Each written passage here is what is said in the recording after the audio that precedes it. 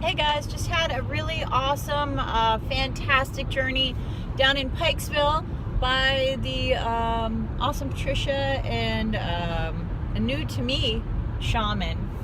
Oh my gosh, my brain is overloaded with metaphysical stuff. I completely forget her name, but I'll look it up.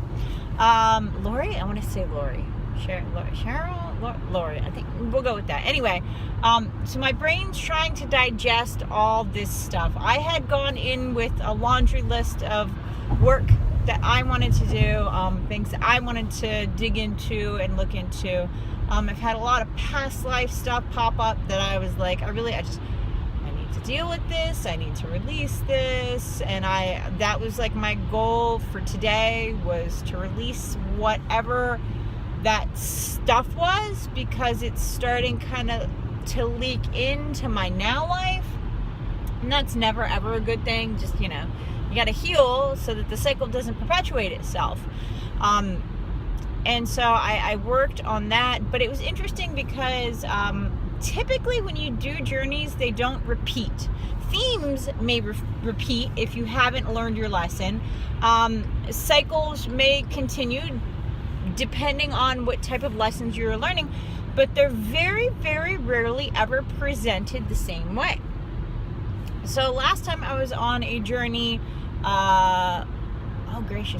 with Patricia and closer to home, and I had been a Native American dancing around a fire, and this was to celebrate joy, to shout out my joy, to shout out my thanks, to shout out my gratitude to the world, and to give thanks and profess appreciation. And so it was a very joyful, happy kind of dance. Well, the same guy was back, which is extremely unusual for me. Typically when I have past lives, I learn and then I'm done, and I'm pretty sure it's past life at this point. But the guy was back, and he was dancing for loss, and he was trying to understand the reason behind why people that he loved had been taken from him. And it was extremely moving, like in an emotional, a deep down emotional way, especially as a mother with children. I can't even imagine living if anything were to happen to them. And so this guy was mourning his wife and child. She died in childbirth. The child didn't make it. And so he was mourning that and looking for an answer.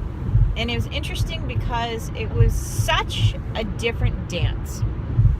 And the energy was completely shadow work. And he danced until, he literally danced until he passed out. And the whole point was very much like Odin in the runes. He hung for 8 days, and then, ta-da, there were the runes.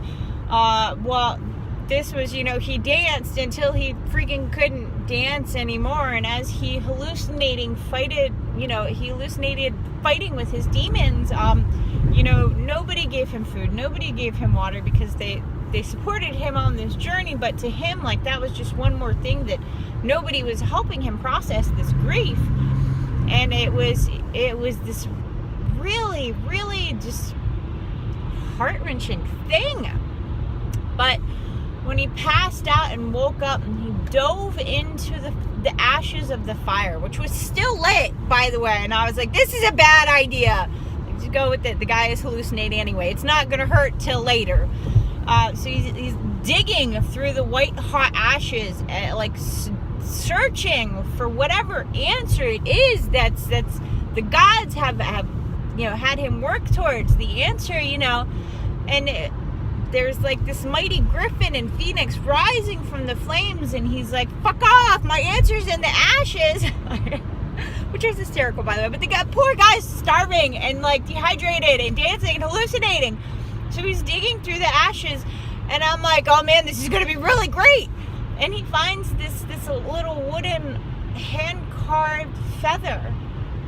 And he has it in his hand, and he's staring at it, all the answers in the world are in this feather. And then he just passes the fuck out. Like, and I'm like, wooden feather.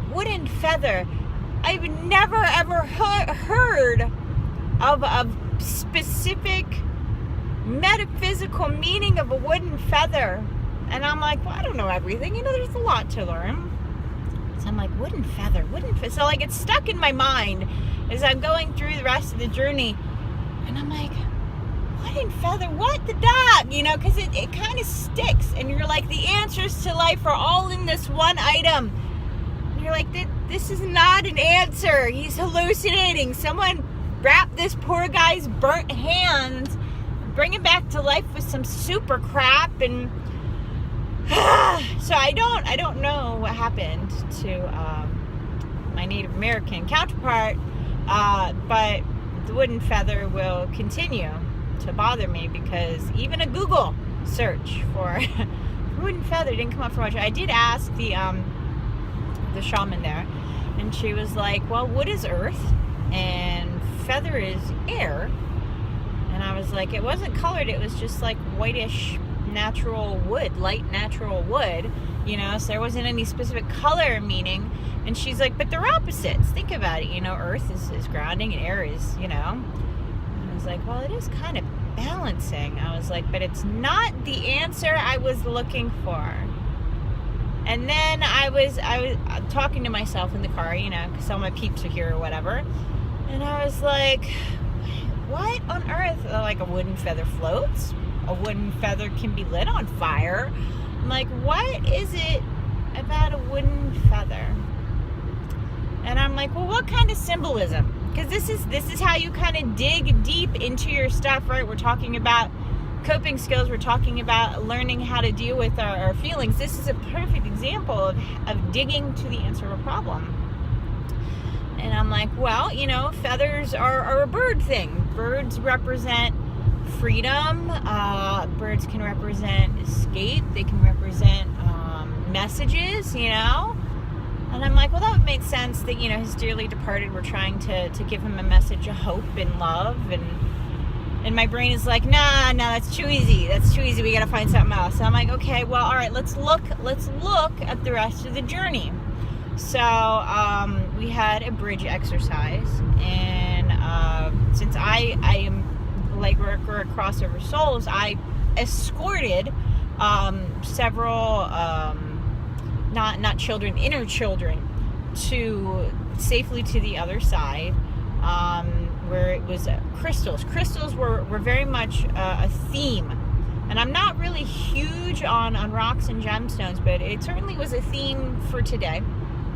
And so the kids played on the rocks, and I just kind of, I laid there and I relaxed, because I knew I didn't have to watch them, and that was refreshing. What else? We talked about climbing mountains. I got to ride an awesome dragon, so that was fun. And she was like, look for the symbolism in the mountains. And I'm like, mountains? That doesn't feel very deep for me. Okay, keep going, all right? So one of the other journeys was through your heart.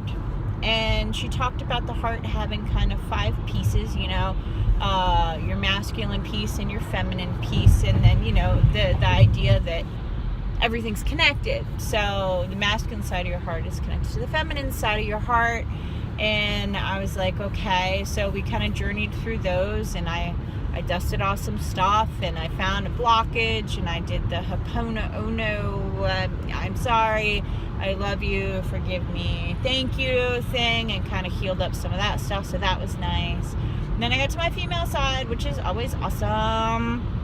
And when we came back, she had given us cards. So, 2 oracle cards, 2 oracle cards from a goddess deck, and 2 animal cards from a totem deck, and then just some other really cool kind of affirmation cards.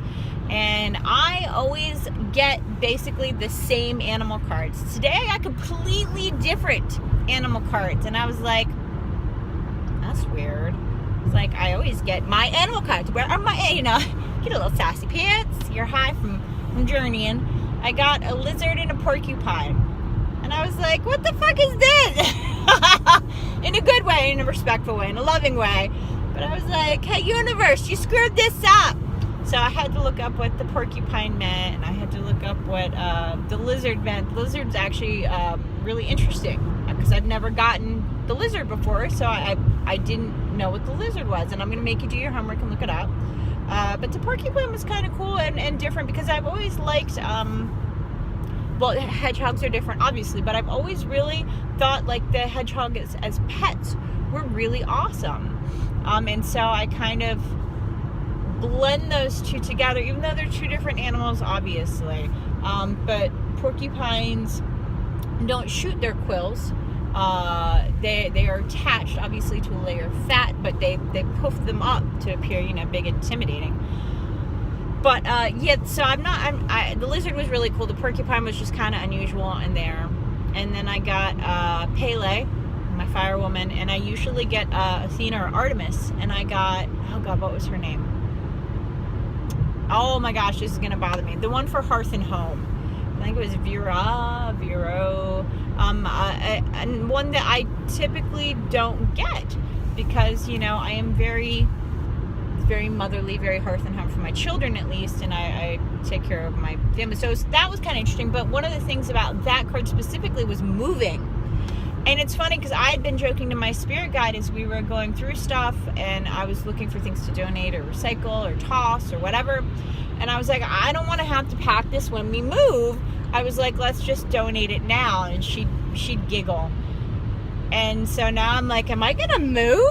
So that was like, I'm okay with that. I'm totally okay with that because X drama. But yeah, I'm totally okay with moving. So I'm open to that. That's interesting. But Pele is my sister. We're cool like that. So it was a really good journey. I really like having the crystal bowls there. I really love the drums. Some people prefer just a very calm, melodic, like la la la la, very soft music with a person talking them through, the guided journey. And it's funny because Patricia was like, I know you're going to be off somewhere doing whatever, flying like a damn eagle and talking to the fairies. So you just do you. And I'm like, sorry, I have stuff to do. Like, but it's really cool to have the tempo change. It's really nice to have the healing tones of the bowl. So if you are new to guided meditation and new to this sort of world of a group meditation, I highly encourage you to go to something unique and different like this, with the drums, with the bowls. And there are plenty of practitioners out there. I mean, given I had to drive an hour one way each way to get there, but it was totally worth it. There are plenty of practitioners in our area, especially. I'd be happy to hook you up with something going on. But it was a wonderful experience as always. And I'm sure my dreams are gonna drive me crazy about this wooden feather thing. Like, I get it, but my brain doesn't want to take that answer. My brain needs something deeper than his family is safe, his family loves him, his family wants him to move on, because like my brain is like, no, this poor guy just lost his family and danced for like a week without food and water, and all he gets is a goddamn wooden feather. Like, that's not acceptable to my brain. So I will be seeking deeper meaning to wood and feather. If you have any input, please, feel free to shoot me over some websites or your thoughts, on the process. But it was a beautiful journey as always, and I always appreciate the opportunity to do light work or duty, even when I'm trying very hard to help heal myself and get answers for myself. So yeah, very, very generous, selfish reasons. Can I write that off, I wonder? I don't know. All right. I love you guys. Thank you very much for listening. Yeah, it's good to share our experiences and talk through. So if there's ever something that you need to talk through, ask your guides, write it out, journal it out, make a video so that you can come back to it later and be like, oh, I didn't remember saying that, because it works great. That's what I like to do with a lot of stuff, especially the stuff that I don't understand. I'll talk about it. And then sometimes my spirit guides will be like, well, what about this? What about this? Did you think about this? And I'm like, y'all know I didn't, so just tell me. But they can't, so yeah. All right, I love you guys. Bye.